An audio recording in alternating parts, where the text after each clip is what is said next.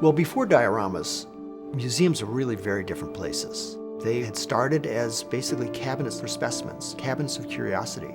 Very massive collections of cabinets, full of jars of pickled fish, full of specimens of rocks and minerals, etc.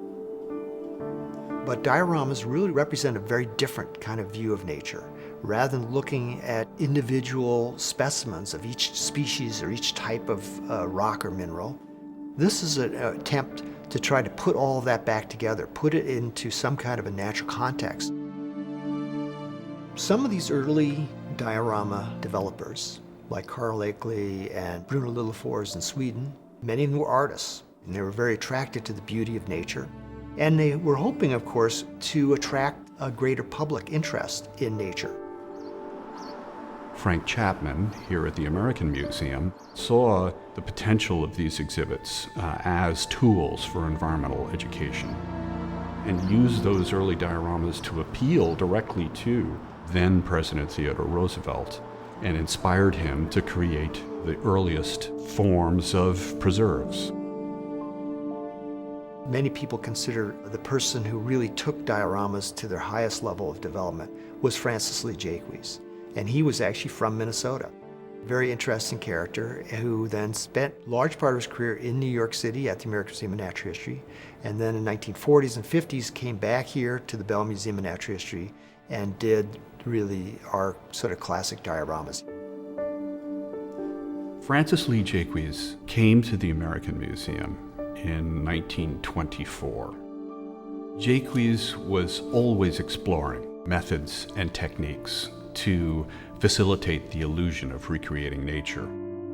In the Olympic forest, Jaques came up with the idea of applying mirrors on the ceiling above the trees so the vertical lines of the trees are carried up into the ceiling surface. Jaques also, very early on in his career, was sent to the Bahamas. The diorama that they were assigned to create is very unique. It is a two-story diorama. Jaques was the perfect artist to do this because he recreates the water surface in canvas and wax and sheet metal cutouts of the waves to merge this recreation of three-dimensional water into the background painting. As a science museum, these did not just simply become artistic depictions of nature. Being site-specific made them relevant as artifacts in the Science Museum themselves. So today, in looking at these older exhibits, they still have relevance to the habitat today. The dioramas are an interesting opportunity to see the place as the artist saw it. They're a moment in time that is not going to come again, and in a time of rapid environmental change due to climate and other forces, we are going to value these more and more. One of the unique things about the Bell Museum dioramas is that they are all real places in Minnesota.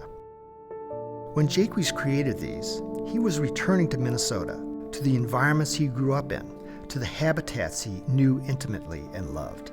Together with foreground artist Walter Breckenridge, he created dioramas that are considered some of the finest anywhere in the world. For many, dioramas have become touchstones that connect people to the natural world, and they've helped to build a culture of support for conservation and the environment.